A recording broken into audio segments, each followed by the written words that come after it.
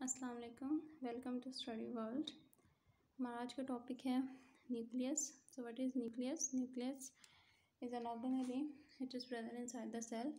So here you can see ये एक animal cell है और एनिमल सेल के अंदर हम और जो एनिमल सेल के जो सेल के अंदर जो सब सेलुलर स्ट्रक्चर्स होते हैं उनको हम ऑर्गेनेलीज बोलते होते हैं। सो न्यूक्लियस भी एक ऐसे ही ऑर्गेनेली है, एक स्ट्रक्चर है जो कि इनसाइड द सेल प्रेजेंट है। अब अब इसकी न्यूक्लियस को डिस्कवर किसने किया था? रॉबर्ट ब्राउन ने इन 1831 में। And it is present in the centre of the cell. लेकिन इन केस ऑफ सिर्फ एनिमल सेल में ही ये centre of the cell present होता है, लेकिन जो प्लांट सेल होता है उसमें वो यहाँ होगा, यहाँ होगा, यहाँ होगा, यहाँ होगा, मतलब सेंटर में प्रेजेंट नहीं होगा, बिकॉज उनके अंदर जो वेक्यूल होता है वो बहुत लार्जर होता है।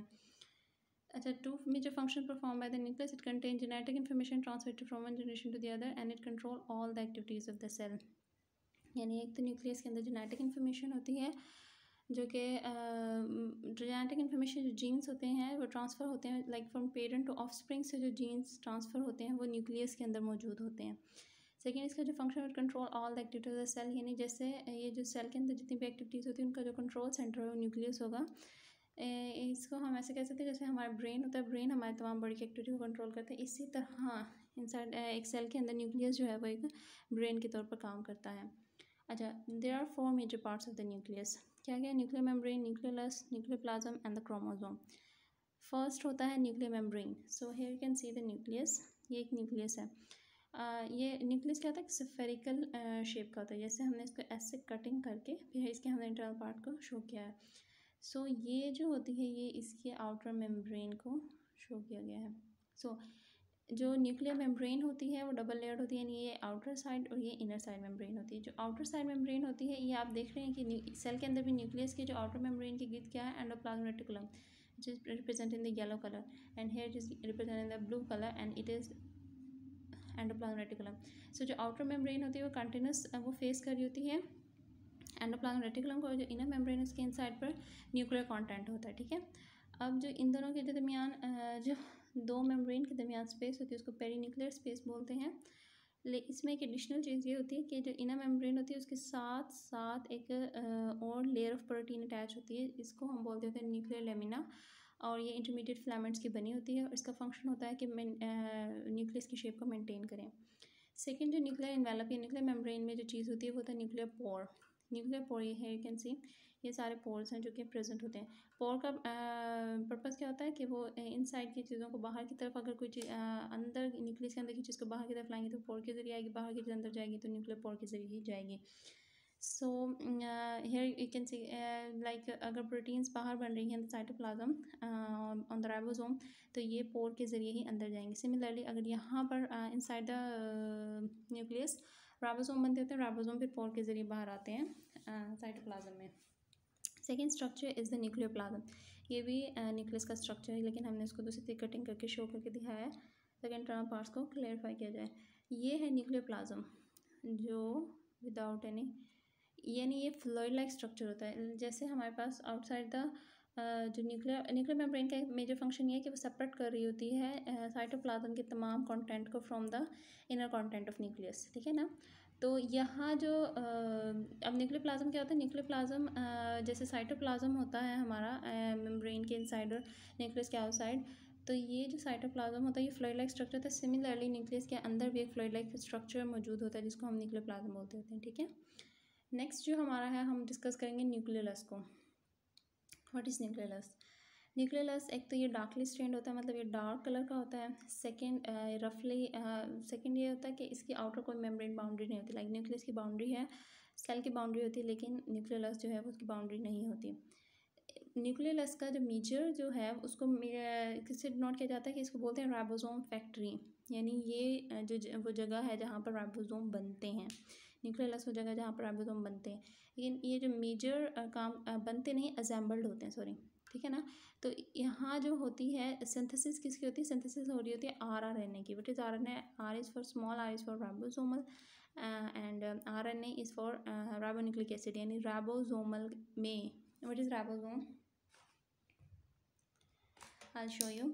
ये हमारे पास होता है एक राइबोसोम, इसके दो सब यूनिट्स होते हैं, एक लार्जर सब यूनिट होता है, एक स्मॉलर सब यूनिट होता है। राइबोसोम किसका बना होता है? राइबोसोम बना होता है RNA का एंड प्लस प्रोटीन्स का, ठीक है।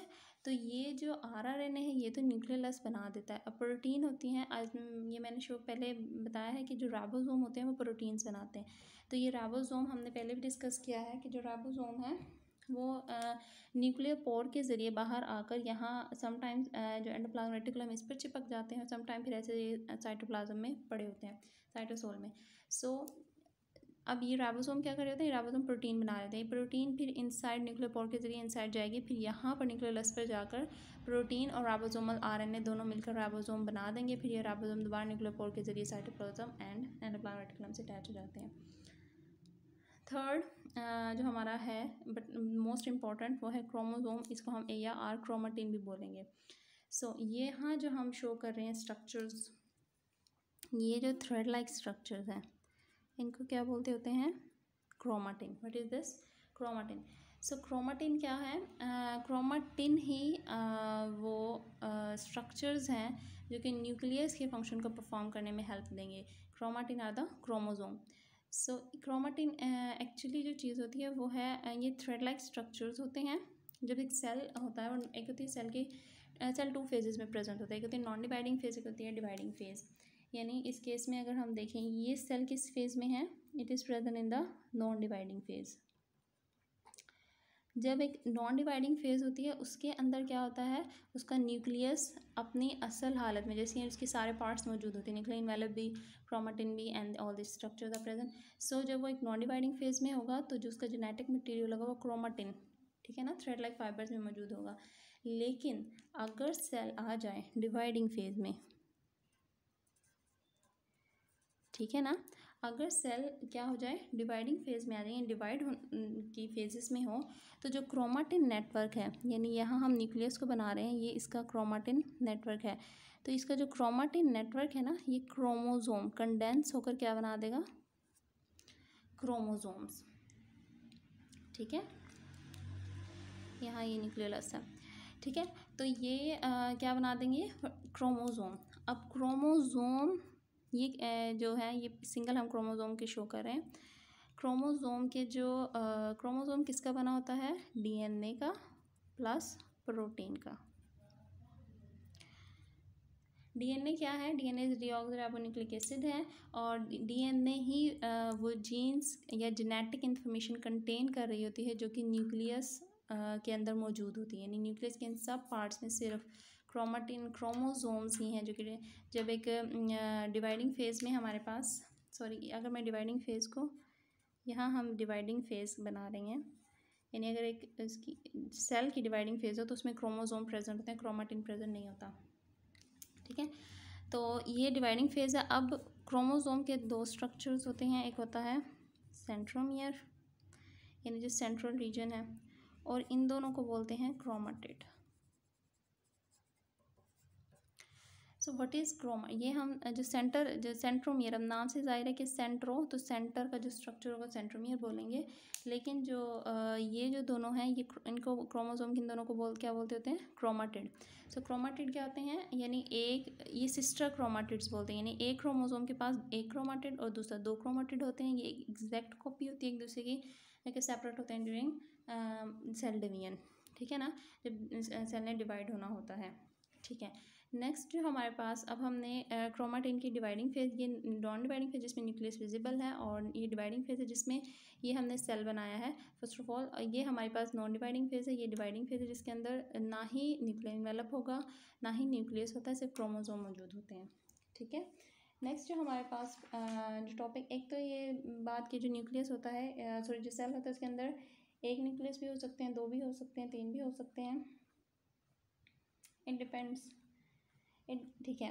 नेक्स्ट जो हमारे पास DNA एंड प्रोटीन्स का, अब जो क्रोमोसोम्स हम नेक्स्ट वीडियो में क्रोमोसोम का जो स्ट्रक्चर है और उसका जो अल्ट्रा स्ट्रक्चर उसको डिटेल में डिस्कस करेंगे। So thank you. अभी हमने सिर्फ न्यूक्लियस के जो है वो पार्ट्स को सेपरेटली डिस्कस किया है। Thank you. अगर आपको मेरी वीडियो पसंद आए तो लाइक एंड सब्सक्राइब करें।